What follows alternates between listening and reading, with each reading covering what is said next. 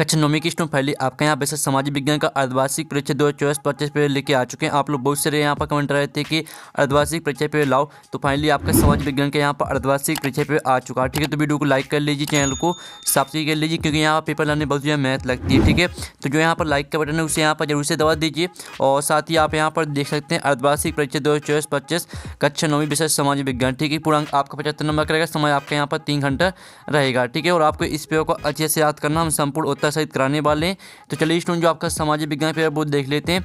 तो आपको यहाँ पर थोड़ा जूम करके दिखाते हैं, जिससे आप यहाँ पर अच्छी तरह देख पाएंगे। ठीक है, तो आप यहाँ पर डेली सही प्रश्न करना अनिवार्य है। फिर आपका दूसरा आता है प्रश्न क्रमांक 1 से 5 तक। ठीक है, 30 वस्तुनिष्ठ प्रश्न है और प्रत्येक उप प्रश्न के लिए 1 अंक निर्धारित है। तो आपके यहाँ पर निर्देश आते हैं, तो आप निर्देश पढ़ सकते हैं। अब चलिए आपके आते हैं सही विकल्प चुनकर लिखिए, जो कि आपके 6 नंबर के रहेंगे। तो पहला आता भारत के दक्षिण में कौन सा सागर है? तो आपका आता प्रशांत सागर, बात है हिंद महासागर, और साथ आपका अरब सागर, और दाता उपरोक्त में से कोई नहीं। तो जो आपके यहाँ पर दिया भारत के दक्षिण में कौन सा सागर है, तो इसका राइट आंसर आपका क्या रहेगा? इसका राइट आंसर आपका हिंद महासागर हो जाएगा। ठीक है, हिंद महासागर आपका राइट आंसर रहेगा। फिर आपका दूसरा आता है किस नदी को दक्षिण भारत की गंगा कहा जाता है? तो आपका इसका ऑप्शन आता है गोदावरी, बात आपका कावेरी, और साथ आपका कृष्णा, और दाता आपका बैनगंगा। तो जो आपके यहाँ पर दिया गया है, ठीक, किस नदी को दक्षिण भारत की गंगा कहा जाता है? तो इसका राइट आंसर आपका कावेरी हो जाएगा। ठीक है, कावेरी नदी को दक्षिण भारत की गंगा कहा जाता है। फिर आपका यहाँ पर तीसरा आता फ्रांस की क्रांति कब आरंभ हुई? तो आपका इसका ऑप्शन आता 1780 ईस्वी, बा आता 1890 ईस्वी, और सा आता 1789 ईस्वी, और दा आता 1960 ईस्वी। तो जो आपके यहाँ पर दिया फ्रांस की क्रांति कब आरंभ हुई, तो इसका राइट आंसर आपका क्या रहेगा? इसका राइट आंसर आपका सा हो जाएगा 1789 ईस्वी। फिर आपके यहाँ पर चौथा देख लेते हैं। तो चौथा आप यहाँ पर थे हिटलर का प्रमुख अर्थशास्त्री कौन था? तो आपका इसका ऑप्शन आता हाल्मार्क्स, और बात विलियम कैंसर, और साथ आपका जॉन एबर्ट, और दाटा हिडेनबर्ग। तो जो आपके यहाँ पर दिया हिटलर का प्रमुख अर्थशास्त्री कौन था? तो इसका राइट आंसर आपका आ हो जाएगा हाल्मार्क्स। फिर आपका पाँचवा आता है, तो पाँचवा देख लीजिए लोकतंत्र के लिए आवश्यक है। तो इसका राइट आंसर आपका बा हो जाएगा स्वतंत्र और निष्पक्ष चुनाव। फिर आपका यहाँ पर 6वां आता है इनमें से स्थायी पूंजी कौन सी है? तो इसका आपका ऑप्शन आता है यंत्र, बा आता आपका कंप्यूटर, और साथ आपका भूमि, और दाता उपयुक्त सभी। तो यहाँ पर इनमें से स्थायी पूंजी कौन सी है? तो इसका राइट आंसर आपका दा हो जाएगा उपयुक्त सभी। ठीक है, तो इस तरह से जो आपके यहाँ पर सही विकल्प वो कंप्लीट हो जाते हैं। प्रश्न आपका 2 आता है रिक्त स्थानों की पूर्ति की, जो कि 6 नंबर के रहेंगे। तो पहला था भारत की भूमि का क्षेत्रफल वर्ग किलोमीटर है। तो भारत की भूमि का क्षेत्रफल है आपका 32,87,263 वर्ग किलोमीटर। ठीक है, हम आपको यहाँ पर लिख के दिखा देते हैं। ठीक है, 32,87,263। ठीक है, आपका आंसर रहेगा भारत की भूमि का क्षेत्रफल 32,87,263 वर्ग किलोमीटर है। फिर आपका यहाँ पर दूसरा आता है लोगों का एक स्थान से दूसरे स्थान पर जाकर बसना डोर कहलाता है। तो यहाँ पर लोगों का एक स्थान से दूसरे स्थान पर जाकर बसना प्रवास कहलाता है। तो इसका आंसर आपका यहाँ प्रवास हो जाएगा। ठीक है, फिर जो आपके यहाँ पर तीसरा आता है रिक्त स्थान डॉट पुस्तक को क्रांति का बाइबल कहा जाता है। तो आपको बताना है कि किस पुस्तक को क्रांति का बाइबल कहा जाता है। तो इसका राइट आंसर आपका रहेगा द सोशल। ठीक है, आप यहाँ पर देख लीजिए, इसका आंसर आपका हो जाएगा द सोशल कॉन्ट्रैक्ट। ठीक है, तो आप यहाँ पर अच्छी तरह से याद कर लीजिएगा, द सोशल कॉन्ट्रैक्ट पुस्तक को क्रांति का बाइबल कहा जाता है। फिर आपके यहाँ पर चौथा आता है, ठीक है, भारत में राष्ट्रपति एक कार्यकाल दोनों होता है। तो भारत में राष्ट्रपति एक कार्यकाल 5 वर्ष होता है। ठीक है, इसका आंसर आपका यहाँ पर लिख देते हैं। तो 5 वर्ष आपका इसका राइट आंसर रहेगा। फिर आपके यहाँ पर आता है, ठीक है, 5वां भारत में वोट डालने की उम्र डॉट है। तो भारत में वोट डालने की उम्र है आपकी 18 वर्ष। ठीक है, इसका आंसर आपका 18 वर्ष हो जाएगा। फिर जो आपका आता है लोकसभा सदस्यों को चुनाव चिन्ह डॉट प्रदान करता है। तो यहाँ पर लोकसभा सदस्यों को चुनाव चिन्ह चुनाव आयोग प्रदान करता है। ठीक है, इसका आंसर आपका चुनाव आयोग हो जाएगा। तो आपको यहाँ पर अच्छी तरह से याद कर लेना है। ठीक है, चुनाव आयोग इसका आपका राइट आंसर रहेगा। तो इस तरह से जो आपके रिक्त स्थान वो कंप्लीट हो जाते हैं। अब प्रश्न आपका 3 आता है 70 का चयन करके लिखिए, जो कि आपके 6 नंबर के रहेंगे। तो पहला आता भारत दुनिया का क्षेत्रफल की दृष्टि से 7वां बड़ा देश है। तो पहला आपका बिल्कुल यहाँ पर 70 रहेगा। फिर जो आपका दूसरा आता है रूस में सामूहिक खेती को कुल खोज कहा जाता है। तो दूसरा आपका बिल्कुल यहाँ पर असत्य रहेगा। ठीक है, फिर जो आपका यहाँ पर आता है तीसरा भारत एक धर्मनिरपेक्ष राज्य है। तो आपका यह सत्य हो जाएगा। ठीक है, तो आपको यहाँ पर अच्छे से याद कर लेना है। फिर आप यहाँ पर देख लीजिए लोकतंत्र में शासकों का चुनाव जनता करती है। तो आपका यह भी सत्य रहेगा। और साथ ही आप यहाँ पर देख लीजिए 5वां आता है भारत में आम चुनाव प्रत्येक 5 वर्ष बाद होते हैं। तो आपका यह बिल्कुल यहाँ पर सत्य रहेगा। और साथ ही आपका यहाँ पर 6वां आता उत्पादन पूंजी श्रम और पूंजी उत्पादन के कारक हैं। तो यह भी आपका रहेगा सत्य। ठीक है, इस तरह से जो आपके 70 सत्य वो कंप्लीट हो जाते हैं। जो आपका दूसरा है, दूसरा बस आपका असत रहेगा, बाकी आपके सभी सत्य रहेंगे। तो इस तरह से हमने आपके सत्य असत करा दिए हैं, ठीक है। और वीडियो को लाइक जरूर कर लीजिए। अब प्रश्न आपका चला था सही जोड़ी बनाइए, ठीक है। स्तंभ अवयव में आपकी यहाँ पर सही जोड़ी दी गई हैं। तो पहली आपकी यहाँ पर आती है, ठीक है, प्राकृतिक संसाधन। तो प्राकृतिक संसाधन को आपको यहाँ पर मैच करना है, ठीक है, भूमि से। आपको यहाँ भूमि से मैच करना है, ठीक है। फिर और आप यहाँ पर देख लीजिए, फिर आपकी दूसरी आती है आज़ाद हिंद फौज। तो इसको आपको मैच करना है यहाँ पर नेताजी सुभाष चंद्र बोस से, ये आपकी यहाँ पर दूसरी हो जाएगी। फिर जो आपकी तीसरी आती है मत्स्य पालन, तो इसको आपको प्राथमिक क्षेत्रक से मैच करना है। जो आपकी चौथी आती है डॉक्टर राजेंद्र प्रसाद, तो इसको आपको संविधान सभा के अध्यक्ष से मैच करना है। जो पाँचवीं आती है आपकी ड्यूमा, तो इसको आपको रूस की संसद से मैच करना है। और जो छठवीं आती है आपकी गेस्टापो, तो इसको आपको गुप्तचर सेवा से मैच कर देना है, ठीक है। इस तरह से जो आपकी सही जुड़ी वो कंप्लीट हो जाती हैं, आपने यहाँ पर अच्छे से याद कर ली होंगी। अब चलिए जो आपके यहाँ पर नेक्स्ट क्वेश्चन है वो देख लेते हैं। तो प्रश्न आपका यहाँ पर 6 आता है, ठीक है। आप यहाँ पर देख लीजिए, एक शब्द वाक्य में उत्तर दीजिए जो कि 6 नंबर के रहेंगे। तो पहला आपका यहाँ पर आता है लोकसभा के सदस्यों का चुनाव किस प्रणाली से होता है। तो इसका आंसर जो रहेगा वो आपको कमेंट करना है, ठीक है। पहले का आंसर सभी को कमेंट में लिखना है, और जो भी यहाँ पर सही आंसर लिखिएगा उसका हम कमेंट पिन कर देंगे, ठीक है। तो सभी को पहले का आंसर कमेंट में लिखना है। फिर आपका दूसरा आता है हीराकुंड बांध किस नदी में बना है। तो यहाँ पर हीराकुंड बांध बना है आपका महानदी पर, ठीक है। महानदी आपका दूसरे का आंसर हो जाएगा। फिर जो आपके यहाँ पर आता है गंगा नदी की प्रमुख सहायक नदियों के नाम लिखिए। तो गंगा नदी की जो प्रमुख सहायक नदियों के नाम है वो भी आपको कमेंट में लिखना है, ठीक है। जो आपका पहला है और जो तीसरा, इनके आंसर मुझे पता है, लेकिन मैं आपसे जानना चाहता हूं, ठीक है। जो भी स्टूडेंट पहले और तीसरे का आंसर यहाँ पर सही लिखेगा उसका जो हम कमेंट है वो पिन कर देंगे, ठीक है। तो आपको पहले और तीसरे का आंसर कमेंट में लिखना है। फिर आपका जो चौथा आता है भारत की सबसे लंबी तट रेखा वाला राज्य। तो भारत की सबसे यहाँ पर लंबी तट रेखा वाला राज्य है आपका गुजरात, ठीक है। आपका यहाँ पर गुजरात राइट आंसर हो जाएगा। और साथ ही आप यहाँ पर देख लीजिए 1917 की रूसी क्रांति को किस नाम से पुकारा जाता है। तो यहाँ पर 1917 की रूसी क्रांति को बोल्शेविक क्रांति के नाम से पुकारा जाता है, ठीक है। आप यहाँ पर देख लीजिए बोल्शेविक क्रांति, ठीक है। बोल्शेविक क्रांति आपका इसका राइट आंसर हो जाएगा। फिर जो आपके यहाँ पर आता है पालमपुर में सिंचाई का मुख्य साधन क्या है। तो पालमपुर में सिंचाई का मुख्य साधन है यहाँ पर कुएँ, ठीक है। कुएँ आपका यहाँ पर राइट आंसर रहेगा। तो इस तरह से जो आपके यहाँ पर एक शब्द वाक्य में होता है वो कंप्लीट हो जाते हैं, जो आपका पहला है और तीसरा, इनके आंसर आपको कमेंट में लिखना है, ठीक है। अब चलिए आपके यहाँ पर 6वां आता भारत के केंद्र शासित प्रदेशों के नाम लिखिए। तो स्टूडेंट आप यहाँ पर देख लीजिए, ये आपका यहाँ पर 6वें क्वेश्चन का आंसर, जिसमें आपको भारत के 8 केंद्र शासित प्रदेश लिखने थे, जिसमें आपका रहेगा दिल्ली, अंडमान और निकोबार द्वीप समूह। तीसरा आपका चंडीगढ़ हो जाएगा। चौथा रहेगा आपका दादरा और नगर हवेली, ठीक है। फिर आपका यहाँ पर लक्षद्वीप, पांडुचेरी और जम्मू और कश्मीर और लद्दाख, ठीक है। ये आपका 6वें का आंसर हो जाता है। फिर आप यहाँ पर देख लीजिए, इसका आपका यहाँ पर अथवा आता भारत के पड़ोसी देशों के नाम लिखिए। तो आपको भारत के पड़ोसी देशों के नाम लिखना है।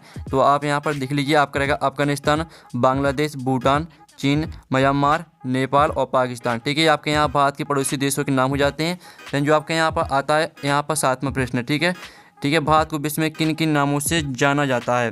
तो आप यहाँ पर देख लीजिए, इसका जो राइट आंसर रहेगा वो आप यहाँ पर देते हैं आर्यभट्ट, हिंदुस्तान, सोने की चिड़िया और भारत, इंडिया, ठीक है। ये आपका 7वें क्वेश्चन का आंसर रहेगा।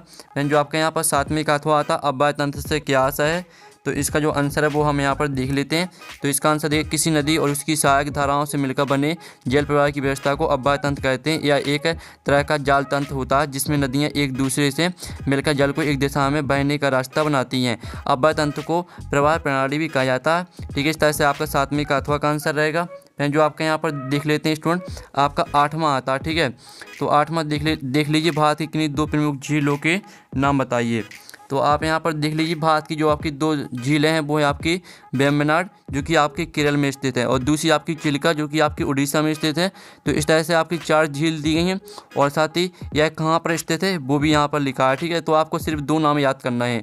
अब चलिए आपके यहाँ पर देख लेते हैं, इसका अथवा आता फ्रांस की क्रांति ने विश्व को कौन से 3 सिद्धांत दिए, ठीक है। तो इसका जो आंसर आपका रहेगा तो वो आप यहाँ पर देख लीजिए, फ्रांस की क्रांति ने दुनिया को 3 सिद्धांत दिए जो ये रहे, ठीक है, स्वतंत्रता, समानता और बंधुत्व। ये आपका 8वें का अथवा का आंसर रहेगा। पूरा आपको यहाँ पर याद करना है। फिर आप यहाँ पर देख लीजिए 8वें का अथवा आता फ्रांसीसी क्रांति ने विश्व को कौन से 3 सिद्धांत दिए, तो आपको हो गया है। फिर आपका 9वां आता भारत की जलवायु को प्रभावित करने वाले कारक कौन कौन से हैं, ठीक है। तो इसका आंसर रहेगा भारत की जलवायु को मुख्य रूप से 3 कारक प्रभावित करते हैं, ये हैं अक्षांश, ऊंचाई, वायुदाब एवं पवनें, ठीक है। आपका 9वें का आंसर रहेगा। साथ ही आप यहाँ पर देख लीजिए 9वें का आपका यहाँ पर अथवा आता है मौसम और जलवायु में 2 अंतर लिखिए, ठीक है। आपको मौसम और जलवायु में 2 अंतर लिखना है। तो आप यहाँ पर देख लीजिए ये आपका यहाँ पर मौसम और जलवायु में, ठीक है, 4 अंतर दिए गए हैं। तो यहाँ से आपको कोई 2 अंतर याद कर लेना है, ये आपको 9वें का अथवा का आंसर हो जाता है। फिर आप यहाँ पर देख लीजिए आपका यहाँ पर 10वां आता आतंक का राज किसे कहते हैं, तो इसका जो आंसर वो देख लेते हैं। तो आप यहाँ पर देख लीजिए आतंक का राज, या ठीक है आप यहाँ पर पढ़ सकते हैं, ठीक है, टेरेयू फ्रांसीसी क्रांति के दौरान राज्य समर्पित हिस्सा का चरम काल था। यह एक ऐसा दौर था जब क्रांतिकारी जोश और सार्वजनिक सुरक्षा समिति ने देशद्रोह के आरोपों में हजारों लोगों को सार्वजनिक रूप से फांसी दी थी। ये आपका 10वें का आंसर रहेगा, ठीक है। फिर जो आपका यहाँ पर आता अथवा 18वीं सदी में फ्रांसीसी समाज कितने वर्गों में बटा था, ठीक है। तो इसका जो आंसर है वो आप यहाँ पर देख लीजिए 18वीं सदी में फ्रांस में साथी व्यवस्था थी, समाज 3 वर्गों में विभाजित था, ठीक है। पादरी वर्ग पहला वर्ग और कुलीन वर्ग आपका दूसरा वर्ग रहेगा, ठीक है। और विशेषाधिकार प्राप्त अल्पसंख्यक और तीसरा वर्ग जो आबादी के बहुमत का प्रतिनिधित्व करता था। ये आपका 10वें का अथवा का आंसर रहेगा। फिर आप यहाँ पर 11वां क्वेश्चन देख लीजिए। तो 11वां आता कार्ल मार्क्स का पूंजीवादी पर क्या विचार था, तो इसका जो आंसर रहेगा वो आप यहाँ पर देख लीजिए आपका 11वें क्वेश्चन का आंसर। तो आपको पूरा यहाँ पर याद कर लेना है। फिर आपका यहाँ पर 11वें का अथवा आता, ठीक है, द्वितीय इंटरनेशनल क्या था, तो इसका जो आंसर रहेगा वो आप यहाँ पर देख लीजिए। द्वितीय इंटरनेशनल समाजवादी पार्टियों और ट्रेड यूनियनों का एक संघ था। इसकी स्थापना साल 1889 पेरिस में एक सम्मेलन में हुई थी, ठीक है। इस तरह से पूरा आपको प्रभावित करता रहा, यहाँ तक याद करना है। ये आपका 11वें का अथवा का आंसर हो जाता है। फिर आप यहाँ पर देख लीजिए आपका 12वां आता लोकतांत्रिक सरकार क्या होती है, ठीक है। तो लोकतांत्रिक सरकार क्या होती है आपको यह बताना। तो आप यहाँ पर देख लीजिए लोकतांत्रिक सरकार ऐसी सरकार होती है जिसमें शासन करने का अधिकार बहुसंख्यक आबादी द्वारा चुने गए प्रतिनिधियों के पास होता है। लोकतांत्रिक सरकार में जनता अपनी मर्जी से विधायक चुन सकती है। ये आपका 12वें क्वेश्चन का आंसर रहेगा। और साथ ही आप 12वें का अथवा देख लीजिए संविधान सभा क्या है, ठीक है। तो जो इसका आंसर रहेगा वो आप यहाँ पर देख लीजिए संविधान सभा भारत के संविधान को बनाने के लिए बनाई गई एक विशेष संस्था थी, ठीक है। इस तरह से आपको यहाँ पर लागू किया जा सकता था, यहाँ तक पूरा याद करना है। ये आपका 12वें का अथवा का आंसर। फिर आप यहाँ पर 13वां क्वेश्चन देख लीजिए, ठीक है। 13वां क्वेश्चन आप यहाँ पर पंथ निरपेक्ष क्या है, तो इसका जो आंसर रहेगा वो आप यहाँ पर देख लीजिए। पंथ निरपेक्ष का मतलब है कि राज्य किसी भी पंथ या धर्म के प्रति पक्षपात नहीं करेगा और सभी धर्मों को समान मानेगा। ये आपका 13वें क्वेश्चन का आंसर। फिर आपका यहाँ पर जो 13वें का अथवा दिया गया, ठीक है, आम चुनाव क्या है, तो इसका जो आंसर है वो हम यहाँ पर देख लेते हैं। तो आप यहाँ पर देख सभी चुनाव क्षेत्र में एक ही दिन अथवा एक छोटे अंतराल में अलग अलग दिन चुनाव होते हैं, इसे आम चुनाव कहते हैं। ये आपका 13वें का अथवा का आंसर। फिर आपका यहाँ पर 14वां क्वेश्चन आता है कार्यशील पूंजी से आपका क्या तात्पर्य है, तो इसका आंसर आप यहाँ पर देख लीजिए। कार्यशील पूंजी एक महत्वपूर्ण वित्त स्रोत है जिससे संगठन के दैनिक व्ययों या आवश्यकताओं की पूर्ति होती है, ठीक है। इस तरह से आपका आवश्यकता पूर्ति करती है, यहाँ तक पूरा याद कर लेना है। फिर आपका यहाँ पर 14वें का अथवा आता है पलमपुर गाँव के विकास तंत्र के बारे में आप क्या जानते हैं, तो इसका जो आंसर रहेगा वो आप यहाँ पर देख लीजिए। आपका 14वें का अथवा का आंसर है, पूरा आपको याद कर लेना है। अब चलिए आपका यहाँ 15वां क्वेश्चन देख लेते हैं। तो 15वां प्रश्न आपके यहाँ पर आता है, ठीक है, जिसमें आपको रबी और खरीफ फसल में आपको 2 अंतर लिखना है, ठीक है। तो आप यहाँ पर देख लीजिए आपको रबी और खरीफ फसल में 2 अंतर दिखा देते हैं। तो ये आपके यहाँ पर 3 अंतर दिए गए हैं, तो यहाँ से आपको कोई 2 अंतर याद कर लेने हैं। फिर आप यहाँ पर देख लीजिए आपका 15वें का अथवा आता है, ठीक है, मानव पूंजी अन्य संसाधनों से किस प्रकार श्रेष्ठ लिखिए, तो जो इसका आंसर रहेगा वो आप यहाँ पर देते हैं, ठीक है। मानव संसाधन अधिक मूल्यवान है क्योंकि वे मशीनों की तुलना में कंपनी के लिए अधिक काम करते हैं, वे निर्णय ले सकते हैं। इस तरह से पूरा आपके यहाँ प्रयास कर सकते हैं, यहाँ तक पूरा याद करना है। ये आपका 15वें का अथवा का आंसर। फिर आपका जो यहाँ पर 16वां आता संसाधन के रूप में लोग किस प्रकार उत्पादन की मात्रा को प्रभावित करते हैं, ठीक है, प्रभावित कर सकते हैं, ठीक है। इसका जो आंसर रहेगा वो आप यहाँ पर देख लीजिए। ये आपका 16वें क्वेश्चन का आंसर। तो इसको भी आपको पूरा याद करना, ठीक है। व्यक्तियों के काम की गुणवत्ता में सुधार होता है और वे पहले की तुलना में अधिक मात्रा में वस्तुओं और सेवाओं का उत्पादन कर सकते हैं, तो इस तरह से फायदेमंद बन जाते हैं, यहाँ तक पूरे याद कर लीजिएगा। फिर आपके यहाँ पर देख लेते हैं ठीक है, मतदाता सूची क्या होती है लिखिए। तो जो इसका आंसर रहेगा वो हम यहाँ पर दिखा देते हैं। तो आप यहाँ पर देख लीजिए, ये आपका 16वें का अथवा का आंसर। ठीक है, चुनाव के कुछ महीने पहले हर निर्वाचन क्षेत्र के मतदाताओं की एक लिस्ट बनाई जाती है जिसे मतदाता सूची या वोटर्स लिस्ट कहते हैं। इस तरह से नाम हटा दिए जाए, यहाँ तक पूरे याद करना है। ये आपका 16वें का अथवा का आंसर। ठीक है, फिर आपका जो 17वां आता आर्थिक एवं गैर आर्थिक क्रियाओं में आपको अंतर लिखना है। तो आप यहाँ पर देख लीजिए, ये आपका आर्थिक और गैर आर्थिक क्रियाओं में 3 अंतर दिए गए हैं। तो यहाँ से आपको कोई 2 अंतर याद कर लेने हैं। फिर आपका जो यहाँ पर इसका अथवा आता है, ठीक है, सर्वाधिक गरीब जनसंख्या वाले 3 राज्यों के नाम लिखिए। तो आपको सर्वाधिक गरीब जनसंख्या वाले 3 राज्यों के नाम लिखना है। तो आप यहाँ पर देख लीजिए, पहला रहेगा आपका छत्तीसगढ़, दूसरा आपका झारखंड और तीसरा आपका मणिपुर। ठीक है, इस तरह से आपका 17वें का अथवा का आंसर भी हो जाता है। फिर आपका 18वां प्रश्न आता है, तो वो देख लीजिए, भारत को उपमहाद्वीपीय संज्ञा क्यों दी जाती है, 3 बिंदु से स्पष्ट कीजिए। और आपका इसका अथवा आता है, हिंद महासागर में भारत की केंद्रीय स्थिति होने के कोई 3 लाभ लिखिए। 19वां आता, वनों से होने वाले प्रत्यक्ष लाभ लिखिए। इसका अथवा आता, वैज्ञानिक वानिकी की नई योजना के अंतर्गत क्या कदम उठाए गए। जो इनके आंसर है वो भी हम बताने वाले हैं। पहले आप क्वेश्चन देख लीजिए, फिर इनके आंसर आपको बताए जाएंगे। फिर 20वां क्वेश्चन देख लीजिए। ठीक है, फिर 21वां आता, लोकसभा की शक्तियों वर्णन कीजिए। इसका अथवा आता, भारत में निरंतर रेखा का आकलन कैसे किया जाता है। फिर आपका 22वां आता, लोकतंत्र में चुनावों की जरूरत। ठीक है, चुनावों की ज़रूरत क्यों है लिखिए। इसका अथवा लिख लीजिए। फिर आप 23वां क्वेश्चन देख लीजिए। तो इस तरह से जो आपका सामाजिक विज्ञान पेपर वो कंप्लीट हो जाता है। और साथ ही हमने आपके ऑब्जेक्ट का सोल्यूशन करा दिया, और ठीक है, और 2 नंबर के क्वेश्चन का सोल्यूशन करा दिया है। जो आपके 3 नंबर के क्वेश्चन है और 4 नंबर के क्वेश्चन, इनका सोल्यूशन नेक्स्ट वीडियो में आएगा। और पेपर का PDF डाउनलोड करना चाहते हैं तो लिंक वीडियो के डिस्क्रिप्शन दी गई है, तो आप वहां से पेपर PDF डाउनलोड कर सकते हैं। तो हम नेक्स्ट वीडियो में, थैंक्स फॉर वॉचिंग।